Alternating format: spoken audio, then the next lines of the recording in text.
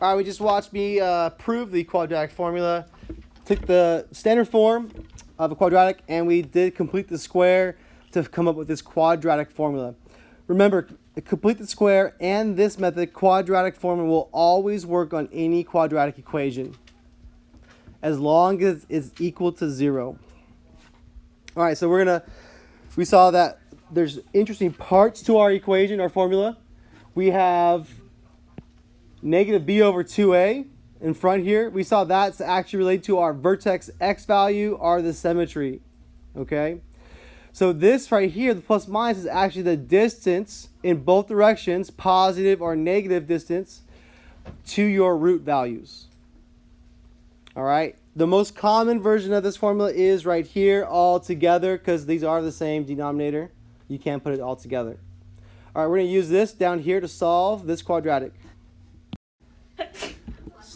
So like we just said, we have to use this only when the quadratic is equal to 0. Is this equal to 0?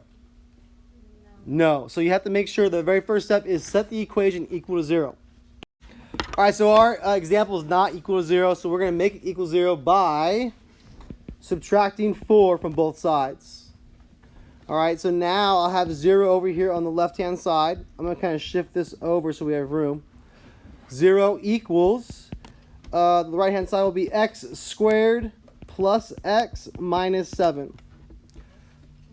Whoops, what did I mess up on? -7. Yeah, it should be negative 7 minus 4.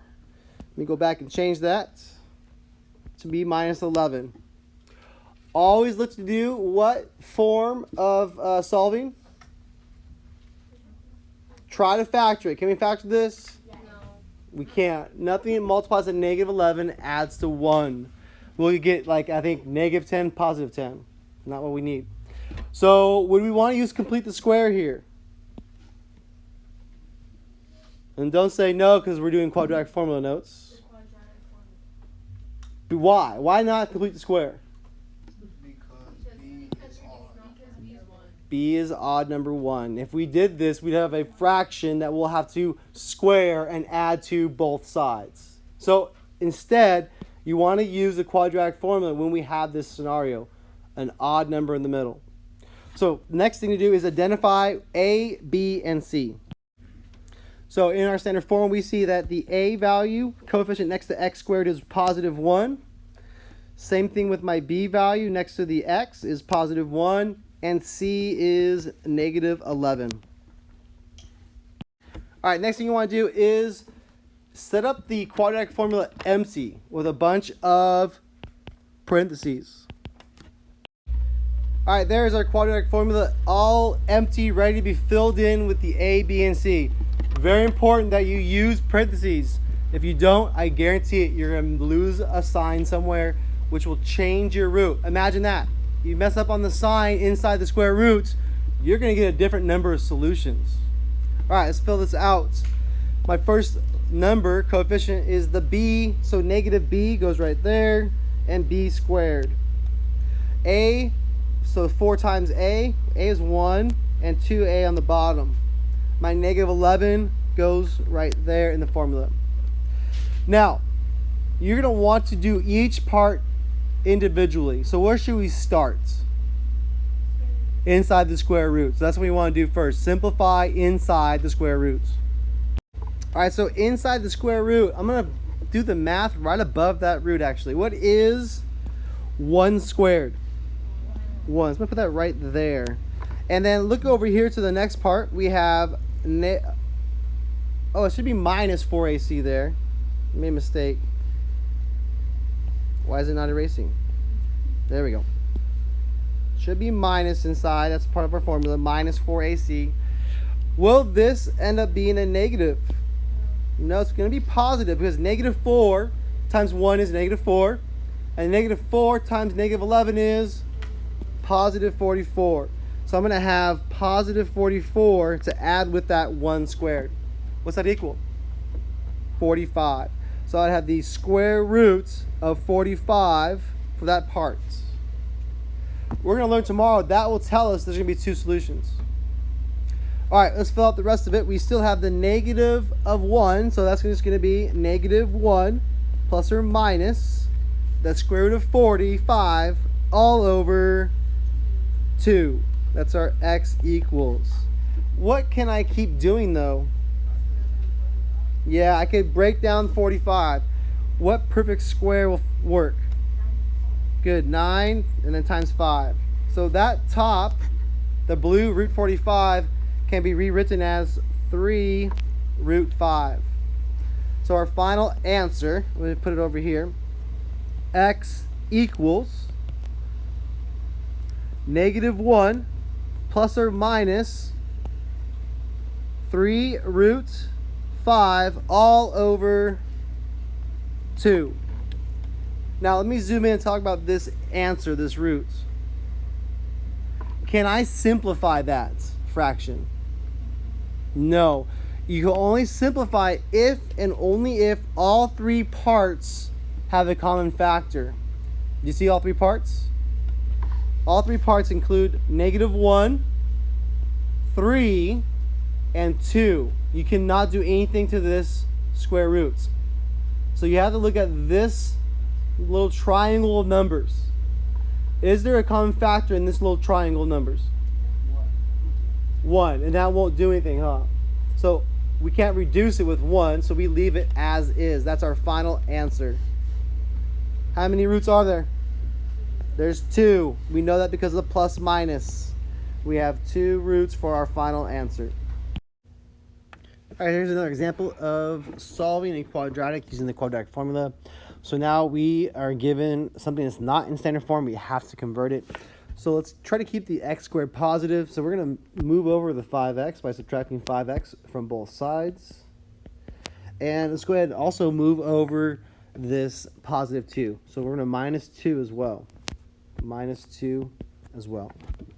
All right, so clean this up. So we'll have, that cancels and cancels. So we're going to have 3x squared minus 5x minus 2.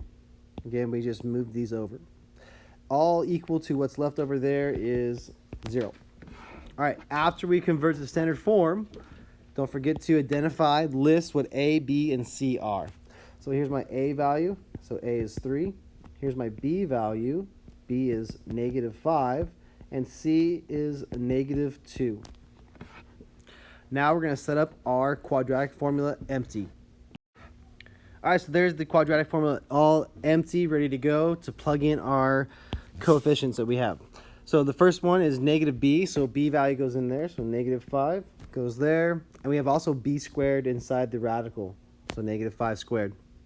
All right, the next part we're going to put in is the a values. A is 3, a goes there, and on the bottom.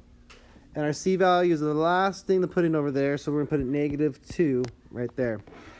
Now, don't forget, we want to simplify the inside of the square root first. So let's take care of that inside here.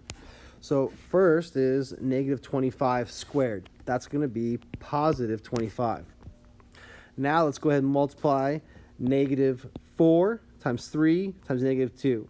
This becomes -12, and then -12 times -2 is going to be a nice positive number, +29. So plus 29, and we're still inside that square root. So let's go ahead and add those together. Oops, I messed up. That's not 29, it's 24. That's 24. My brain's skipping to the answer here. 24 in blue. Add those together, we get 49 inside the square root.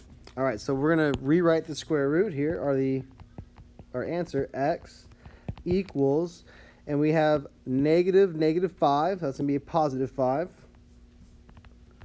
plus or minus, inside the square root, we figured out it was 49, and this is all over 2 times 3, which is 6. What's neat about this is we have a perfect square right there. We could take the square root of 49, and we get 7. So equals 5 plus or minus 7. Let me make that blue. It comes out as plus or minus 7, and we divide by 6. When we get a number that comes out of the square root, we have to make sure we finish by getting 2 answers here. That means we have to use this plus minus. So the first one would be plus, and the other one would be minus. So let's go ahead and do that. 5 plus 7 divided by 6. Well, that's just going to be 12 over 6, which is positive 2. Our other one, we have 5 minus 7 divided by 6. 5 minus 7 is 2. I'm sorry, negative 2 over 6. And we reduce that to be negative 1/3. So there is our x values for the roots or the zeros. So x is equal to positive 2 and negative 1/3. Let's go ahead and finish off by making those x-intercepts. So that will show us our roots.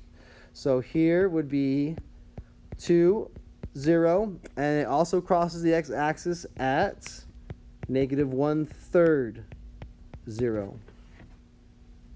All right, that's it. Let me circle the answer. Looks good. May the math be with you.